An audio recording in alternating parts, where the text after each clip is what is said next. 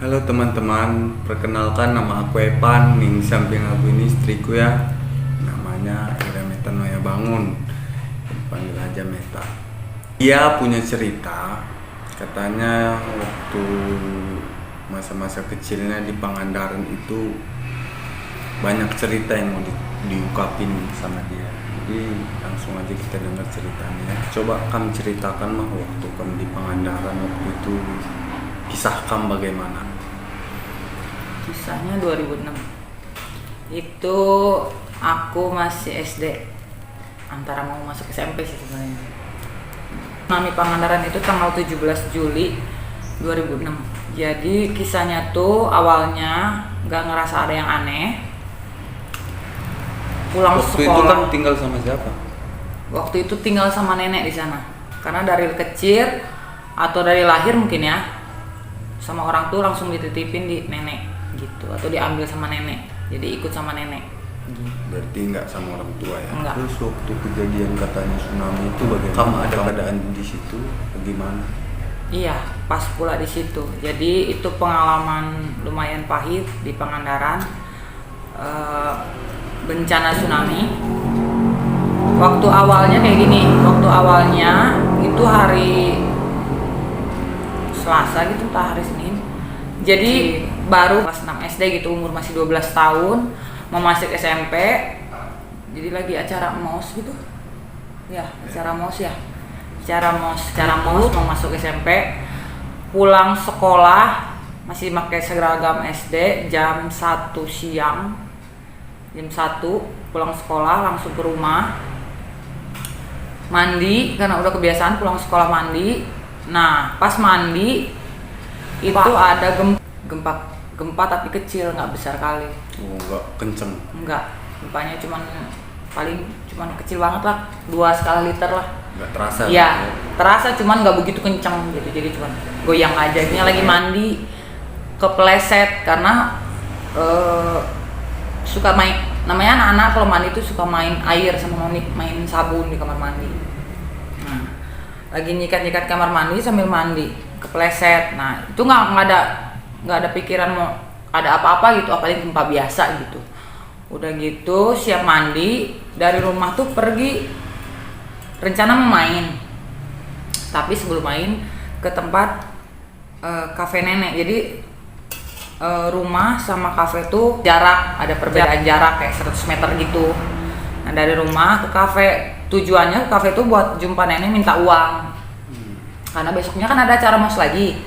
Nah, disuruh disiapin tali plastik atau tali rapia gitu, sama kerupuk putih itu yang besar.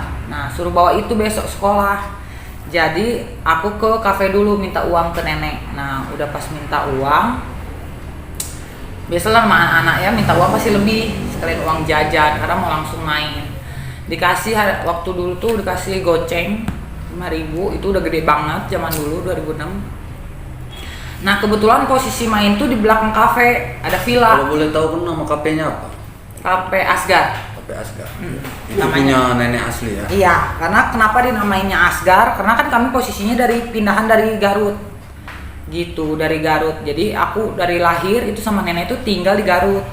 Buka rumah makan. Nah, tahun 99, kelas 3 SD mungkin atau kelas 2, aku pindah ke Pangandaran sama nenek, sama kakak bertiga. Posisinya bertiga sama kakak. Karena aku 2 bersaudara sama kakak hari itu dulu ya, belum ada adik gitu. Sama kakak aku sama kakak aku tuh beda 3 tahun. Nah, sama-sama perempuan. Nah, itu pindah ke Pangandaran tahun 99 sampai 2006 itu tsunami. Nah, posisinya balik lagi ke cerita tuh ya, siap mandi ke kafe nenek, minta uang. Nah, siap minta uang, udah selesai minta uang tuh mainnya tuh di belakang kafe. Belakang kafe tuh kebetulan ada villa, villa kawan gitu ya. Ini ada pondok gitu kecil. Nah, main tuh biasa sama campur anak laki-laki anak perempuan gitu, main gitar, nyanyi-nyanyi. Nah, gitu sambil cerita, ih tadi gempa ya gitu. Cuman kondisinya di sana kan bahasanya mayoritas Sunda tiap hari. Jadi dulu aku nggak ngerti bahasa Indonesia, Sunda terus. Nah, pas di sana kumpul sama kawan-kawan sambil cerita kejadian aku tadi mandi. Tadi kayaknya ada gempa deh. Iya gitu kata temanku. Iya deh, soalnya pas mandi aku kepleset, aku bilang gitu, goyang rumah tapi sebentar. Itu ada apa? Gempa biasa katanya gitu, nggak curiga mau ada apa-apa. Nah jam 2 atau setengah 3 main nih ke pantai, karena kan biasa main ke pantai sore-sore tuh kan enak, angin sepoi-sepoi gitu ya. Terus main apa, lari-larian, nyari-nyari kepiting, nyari kerang, terus nyari ubur-ubur yang mati di pinggir pantai, kan biasa gitu kalau anak-anak Pangandaran. Waktu setengah 3 ke pantai itu kondisinya pada saat itu ya, kondisi air tuh jauh kali dari biasanya gitu, yang biasanya deket tuh dari bibir pantai. Jam setengah 3 nih. Ini tiba-tiba jauh kali air, jauh banget.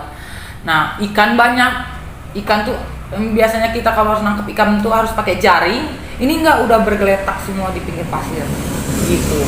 Nah nyeletuk, aku nanya kawan-kawan pakai bahasa Sunda hari itu, iya mah, nah halo balaut sisi jalan juga ada tsunami. Aku tuh gitu bercanda gitu ya. Terus teh kata kawan disaut, iya ya, nah China teh ini jauh pisan, iya mah jika no arek tsunami lautna teh karak sarisi katanya, air apa ikannya pada ke pinggir katanya, airnya menjauh. Terus aku nyeletuk kayak gini, iya biarin lah, mungkin mau tsunami, kalau tsunami kita berenang sama-sama gitu ngomongnya. Kamu nyeletuk gitu. Bercanda gitu sama kawan pakai bahasa Sunda. Nah udah gitu nggak lama dari itu, karena posisinya setengah 3 kan masih panas di sana, posisinya masih terang. Ke rumah dulu yuk katanya gitu, ke belakang lagi ke pondok tadi ngambil ember, karena kan itu di pondok tadi sebelahnya rumah teman. Ngambil ember yuk, buat apa? Buat ngambilin ikan ini. Kan masih banyak nih ikannya katanya, nggak akan habis diambilin nelayan katanya, santai katanya, ngambil ember dulu, udah pada kita repot ngangkatin ikannya. Hari itu kan ke baju-bajuin, diangkat-angkatin sampai kotor baju. Oh iya juga ya, kalau dimasukin ke baju keambil ikannya dikit gitu ya, kita mau ngambilnya banyak nih, lumayan. Nah udah gitu baliklah ke pondok. Posisi balik ke pondok tuh melewat dulu kafe, jadi emang posisi pantai ya, bibir pantai, jalan kecil lah, jalan raya kecil, langsung kafe. Nah dari kafe itu di sampingnya ada jalan buat ke pondok. Gitu, jadi masih kepantau lah dari pondok tuh kafe nenek sama pantai. Anginnya sepoi-sepoi. Lanjutlah kita mau ngambil ember, kawan ngomong nanti dulu lah katanya, engkewe lah gitu. Masih kene panas, orang nyiuhan heula we gitaran, nyanyian heula, nyanyi dulu kita sambil nunggu teduh, nyanyi itu sekitar setengah 4 gitu, antara jam 4 ya, setengah 4 atau jam 4. Kawan ngomong dari gini, tinggal heula tuh kahareup, nah ngebul, kenapa itu di depan berdebu katanya, gelap banget. Iya kenapa, cak aku tadi gituin. Baru ngomong gitu 3 detik langsung angin. Enggak dulu, angin dulu sama pasir, belum langsung air. Angin sama pasir ngegulung kayak tornado, tapi posisinya tidur. Kan tornado biasanya diri, nah ini tidur. Itu ada 3 meter sampai gini, saking tingginya. Terus perih ke mata, panik langsung semuanya. Tsunami gitu teriak, larilah ke belakang. Posisi di belakang kan ada kompleks sama sawah, sama sekolahan aku kan di belakang juga. Lari nih panik, lari sampai sawah. Mau balik lagi karena keinget nenek di kafe.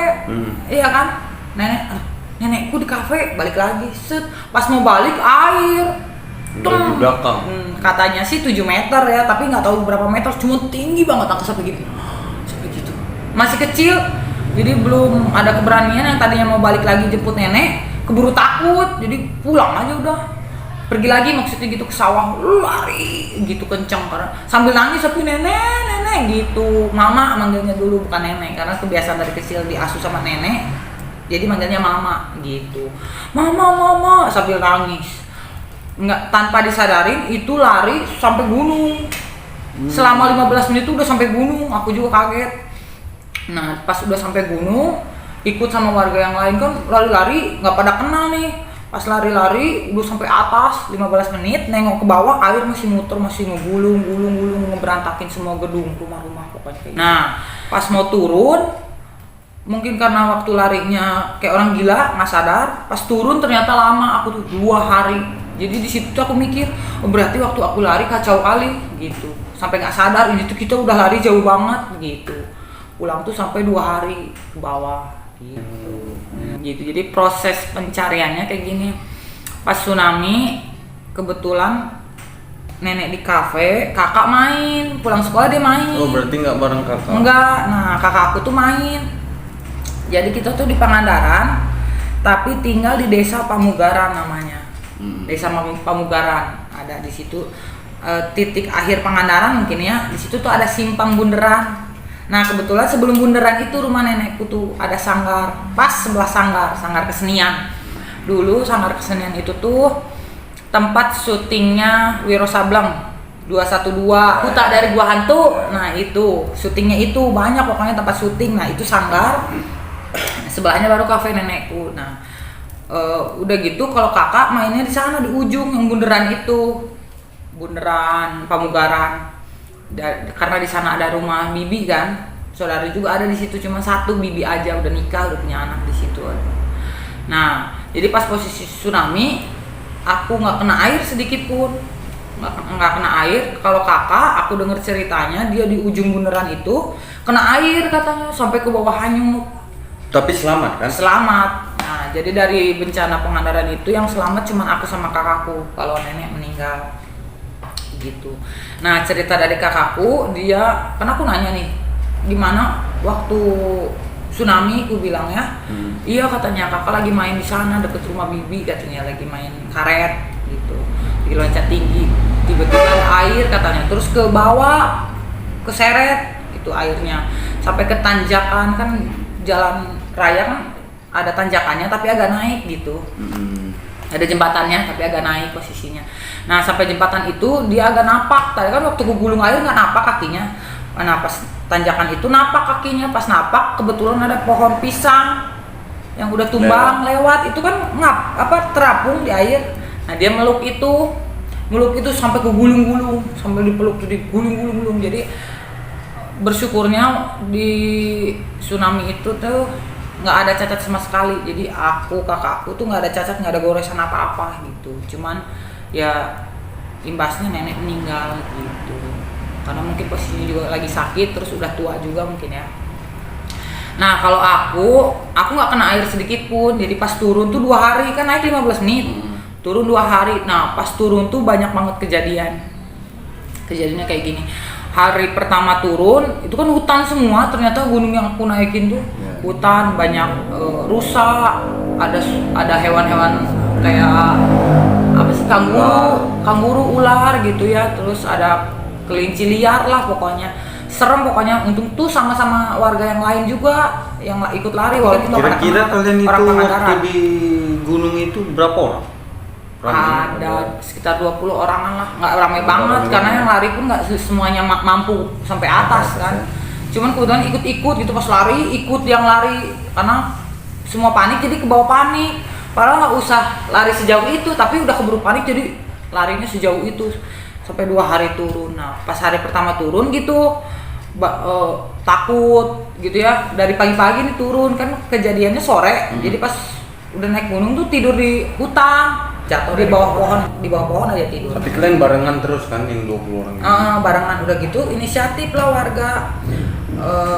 Kan udah pagi nih, waktu sampai sana kan air masih ngehantem semuanya. Nah pas pagi udah tenang, udah mulai surut, cuman nampak dari jauh tuh ada kayak banjir gitu, becek. Berani lah turun. Pas turun lewatin hutan semuanya pelukan sambil bilang astagfirullahaladzim, karena mayoritas kan Islam. Astagfirullahaladzim, takut karena ada suara apa aja, kayak ada suara singa, ada banyak suara hewan yang kita takutin lah pokoknya, desis gitu kayak ular.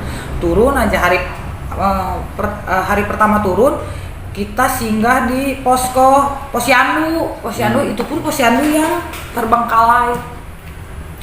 Posyandu yang terbengkalai, ibaratnya udah nggak dipakai lagi lah. Nah Tapi kan lumayan buat kita istirahat, buat turun besok gitu. Nadu karena ternyata perjalanan dari atas gunung ke posko itu aja udah satu hari.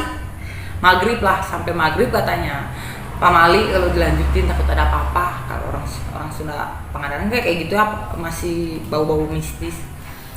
Udah wah, istirahat dulu katanya. Takut ada apa-apa kita semua, bagus istirahat dulu di posko ini. Nah kebetulan situ ada warga, cuman jarak rumah warga tuh agak jauh. Tapi semuanya tuh tahu mungkin kita yang lari dari bawah, jadi ada yang inisiatif ngasih kompor dadakan gitu, katel, panci dadakan buat masak. Dikasihlah kita mie 1 dus gitu, sama-sama kita sama satu warga tuh masak mie, makan sama-sama gitu ya. Pas makan baru keinget tuh, karena waktu sebelum tsunami pulang sekolah minta uang tuh ke nenek. Nah uang itu tuh udah dibeliin ini tali rapia itu sama aku 1 gulungan, 1.000 waktu itu harganya, sama kerupuk isinya banyak ya, isinya 2.000 juga lah kalau nggak salah, 2.000, jadi total kan 3.000. Nah sisa 2.000 nya aku beliin biskuit dulu, biskuit 2.000 kan besar, aku sakuin di celana aku tuh dulu suka karena tomboy. Aku pakai celana PDL. Yang ada kantongnya. Kayak tentara itu. Sakunya besar-besar, di sebelah kanan biskuit, sebelah kiri kerupuk sama tali rapia. Tali plastik. Nah, pas di posko itu berguna banget. Dadakan bikin tenda, kan warga bawain terpal buat nambahin terpal pakai tali rapia itu. Pas makan mie karena banyakan mungkin ya, cuman kebagian kuah sama mie yang potongannya itu, jadi kan nggak mungkin kenyang. Untung ada kerupuk, jadi satuin sama kerupuk itu pun dibagi-bagi juga, satuin sama kerupuk, itulah yang ngeganjal perut. Nah biskuit juga itu ngeganjal perut selama pengungsian lah ibaratnya. Nah mengungsi sebelum besoknya turun lagi, itu maghrib di situ, malam-malam tidur di posyandu yang udah nggak kepake, retak. Ini keramiknya retak-retak, terus kotor, tau lah banyak bau pesing gitu ya, banyak kencing tikus mungkin ya. Pokoknya sedih banget di situ, tidur sendirian, nggak kenal siapa-siapa, masih 12 tahun, nangis aja di pinggir ujung tembok gitu ya. Gimana ini teh sekarang teh kayak kiamat, aku teh mau kemana lagi? Udah bingung aja lah, banyak pertanyaan yang di otak gitu. Udah gitu posisi celana sobek. Lebar banget sobeknya karena kan larinya kenceng, jadi dari sisi paha ke paha tuh udah sobek aja, udah tidur kedinginan segala macem. Nah besok pagi-paginya turun lagi, inisiatif nih warga juga, ayo lanjutin turun katanya, ayo. Nah pas udah turun hari kedua di situ langsung jumpa posko di tempat aku lari pertama itu, deket pasar Pangandaran. Ada pas turun, keluarga yang aku jumpain mungkin karena tsunami beritanya langsung ada, keluarga yang di Bandung tuh langsung pada datang, termasuk ibu langsung datang. Jadi pas aku turun dari gunung tuh langsung jumpa sama ibu tuh posisinya, ibu tuh mama aku ya, karena dari kecil panggil nenek itu mama, jadi orang tua kandung tuh manggilnya ibu gitu. Nah ibu itu langsung datang, Meta, sambil nangis, udah kacau lah dia, udah berantakan mungkinnya. Gimana sih orang tua nyariin anaknya gitu ya, udah posisi udah mati. Nah ibu tuh cerita, disangkanya tuh aku sama kakakku Sherly itu udah meninggal, yang selamat justru nenek. Karena apa?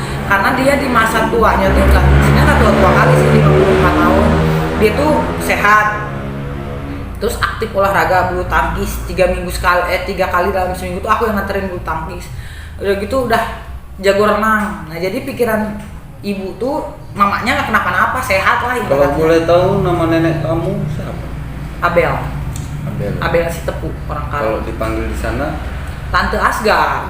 Iya, karena kafenya kan asli Garut, dia kan dari Garut. Terus walaupun orang Karo, turunan Karo asli, tapi kan udah merantau lama mungkinnya di Garut, jadi dipanggilnya. Iya, Garut itu udah mendarah daging, dia Sundanya lancar banget gitu. Jadi dipanggilnya Tante Asgar, orang Pangandaran itu. Makanya kafenya Kafe Asgar, karena mayoritas orang di sana masyarakat Pangandaran manggilnya Tante Asgar. Waktu kamu di bawah itu ketemu sama ibu, ibu jumpa kam di luar apa kakak di luar? Kakak. Nah, jadi pas hari pertama tsunami sore, besok pagi-paginya ibu dari Garut ke Pangandaran. Nah, kebetulan ibuku lagi ada di Garut. Gitu, lagi di Garut. Karena emang posisinya juga dia tinggalnya nggak sama kami.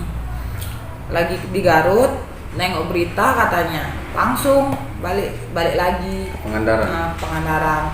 Nah, jumpa sama kakakku, Kak Sherly. Udah jumpa sama aku besoknya. Udah jumpa sama ibu, sama aku baru besoknya. Nah, aku jumpa sama ibu, dibawa ke posko. Ada saudara-saudara yang lain juga gitu ya, biasalah meluk, nangis gitu ya, untung selamat. Jumpa kakakku juga, pelukan, nangis. Nah, di situ aku langsung nanyain, mama mana? Nenek ya, tadi nenek. Mama mana? Belum ditemuin katanya. Nangis lagi lah, makin sedih lagi. Terus takut kenapa-napa gitu ya. Ada berita biasa yang penyelamat gitulah, tim penyelamat datang. Tante Asgar ada di sana katanya. Di mana? Dicek nggak ada. Nanti ada kabar seliweran lagi di sana. Sampai aku kan jumpa sama ibu sama keluarga siang. Nah, pas jumpa sama nenek, ya mayatnya, jasadnya itu maghrib. Sama hari kedua, jadi bareng sama aku. Jumpanya siang. Gimana ceritanya pas maghrib? Nah, lagi ngumpul, udah mau maghrib gitu, ngumpul keluarga. Ada info dari tim SAR. Karena nenek lumayan terkenal mungkin ya di sana, jadi udah pada tahu Tante Asgar di sebelah sana bu, katanya ke mamaku itu, ke ibuku itu. Udah jumpain lah satu keluarga ke sana dengan harap-harap cemas gitu ya, berharap sih masih hidup gitu ya. Datang ternyata pas dibuka pintu mau masuk gedung gitu ya, ruangan gitu, nggak ada manusia yang hidup. Maksudnya nggak ada yang ditengokin tuh yang selamat gitu, yang duduk-duduk gitu, nggak ada. Semua kantong mayat isinya, kantong mayat berserakan. Jadi sejauh mata memandang tuh kantong mayat, kan jadi gemetar. Dibukain satu-satu, dibukain satu-satu, langsung datang tim SAR yang tadi ngasih tahu di sebelah sini bu. Pas sebelah sini ternyata kantong mayat juga yang dibukain, bukan jumpain manusianya udah hidup, masih hidup gitu, ternyata udah meninggal nenek di situ. Nah, pas dibuka kantong mayatnya, kondisinya miris banget sih itu. Kondisinya tuh udah tanpa busana, jadi cuman atasan tuh cuma dalamannya aja, tapi bawahnya masih celana. Itu celana yang biasa dia pakai, sama kayak aku pakai PDL gitu celananya, karena dia sama-sama kayak aku tuh sama-sama tomboy. Nah, dia pakai celana PDL yang aku pakai juga, cuman atasannya cuman dalamannya aja, ibaratnya BH-nya aja gitu ya, nggak ada. Kaosnya udah hilang. Jadi pas tsunami itu kayaknya ketarik atau kebuka apa gitu, saking kerasnya air. Nanya lah keluarga, ini jumpanya di mana? Nenek tuh katanya ke tim SAR-nya. Ke tim SAR-nya di sawah katanya, pas di belakang rumahnya. Jadi Pak nenek itu dijumpain di tempat aku lari di sawah itu. Kan aku bilang aku lari ke sawah, pas mau balik lagi karena takut lah, pergi lagi sampai ke pasar, sampai naik gunung. Nah, ternyata nenek itu jumpanya di sawah itu, udah terlentang katanya, udah udah dipenuhin sama lumpur karena sawah kan. Nah, udah gitu dibawalah sama keluarga ya, nangis dulu di situ sebelum dibawa tuh, menjerit semuanya kan. Anak mama tuh cuma 2 kan. Ibuku sama adiknya laki-laki, Mama Rian. Mama itu om ya, cuma kalau Karo bilangnya mama. Nah, pamanku, anaknya cuma 2, nenekku itu. Dari udah nangis semuanya, langsung lah satu keluarga itu bawa nenek ya mamaku itu ke Bandung. Gitu. Jadi selepas langsung dibawa ke Bandung, dibawa ke tempat duka, mau disemayamkan. Semenjak itu udah nggak pernah lagi ke Pangandaran gitu. Waktu sebelum kejadian ada nggak kamu ngerasa itu ada tanda-tanda gitu waktu sama kamu di dalam diri kamu, ada nggak tanda-tanda? Iya, itu waktu pulang sekolah gempa. Nah, tapi ada tandanya kayak gini, kalau di Pangandaran tuh suka banyak cerita mistis ya, tapi aku antara percaya sama nggak percaya, karena kan masih kecil juga, jadi lagian nggak begitu percaya sama hal yang kayak gitu. Cuman sempet denger cerita gini, anak-anak kecil di sana tuh katanya ada kakek-kakek katanya nyamperin, katanya minta apalah, minta pertolongan, tapi mintanya sepele, kayak minta air, minta roti, lapar gitu ya, minta makan gitu ta. Katanya sih kalau nggak dikasih tuh bakal si kakek itu tuh bakal nyumpahin katanya. Kawanku tuh cerita disumpahin katanya gini katanya, tapi nggak percaya. Namanya cuman ngomel, mungkin udah tua gitu, nggak dikasih ngomel gitu, ceritanya gitu aja. Tapi tiga hari atau 4 hari sebelum itu ada denger cerita lagi nih, ada kakek-kakek entah ke siapa gitu minta air minum nggak dikasih, tapi udah gitu teh si kakek-kakek itu marah, langsung ngucapin kata-kata kayak gini, pelit, minta air aja katanya, pakai bahasa Sunda dia ngomongnya, cuman aku jelasin bahasa Indonesia aja. Pelit minta air katanya, nanti aku datengin air yang besar tahu rasa katanya gitu. Itu aku denger beritanya hanya seliwer-seliwer, jadi nggak begitu didengerin. Itu mah hanya cerita masyarakat lah, ibaratnya cerita masyarakat gitu. Udah gitu lambat laun gempa, ya 3 hari dari situ kan gempanya kecil-kecil aja gitu, jadi nggak begitu, karena ada ucapan kan dulu dari apa orang yang dipercaya lah yang menjaga Pangandaran, apalah pokoknya ketua di sana mungkin ya, kalau Pangandaran tuh nggak akan tsunami katanya. Ngomong gitu karena waktu 2004 Aceh tsunami kan ya. Nah kita kan berduka tuh karena itu tsunami terbesar kan ya, berduka. Jadi pas di situ namanya orang tua suka ngobrol-ngobrol, kalau Pangandaran nggak akan bikin tsunami gitu. Ngeri ya ceritanya. Jadi pas waktu udah ke Bandung lagi, itu udah nggak pernah lagi, semenjak makamin nenek udah nggak pernah lagi ke Pangandaran. Pernah sih sekali ke Pangandaran, tapi itu jauh setelah tsunami ya. Jadi buat beraniin diri nginjek Pangandaran itu masih trauma lah ya. Masih trauma. 2015 baru mau nginjek lagi, dari 2006 ya baru mau nginjek lagi Pangandaran 2015. Itu pun sama kawan kerja, jadi wisata lah. Itu pun ngeberaniin diri, turun dari mobil, ayo enggak, takut banget nginjekin kaki ke pasir, takut banget karena setrauma itu buat balik lagi ke Pangandaran, ngenang lagi semuanya tuh sakit banget, nggak sanggup lah karena masih kecil mungkin ya, jadi traumanya dalam banget gitu. Nah itu dia guys, cerita dari pengalaman istriku di Pangandaran. Mungkin ya nanti yang nonton ini gitu ya, ada kawan-kawan yang pernah mengalami atau mengalami kejadian di Pangandaran, boleh komen di bawah. Gitu. Kasih tahu saya orang Pangandaran gitu. Saya juga punya cerita dan yang sama aku gitu. Pasti kenal dengan dia kalau orang Pangandaran. Oke, sekian dan terima kasih. Itulah cerita istriku, itulah pengalaman hidupnya. Sekian dan terima kasih. Jangan lupa komen, like, dan subscribe terus channel ini ya. Bye bye.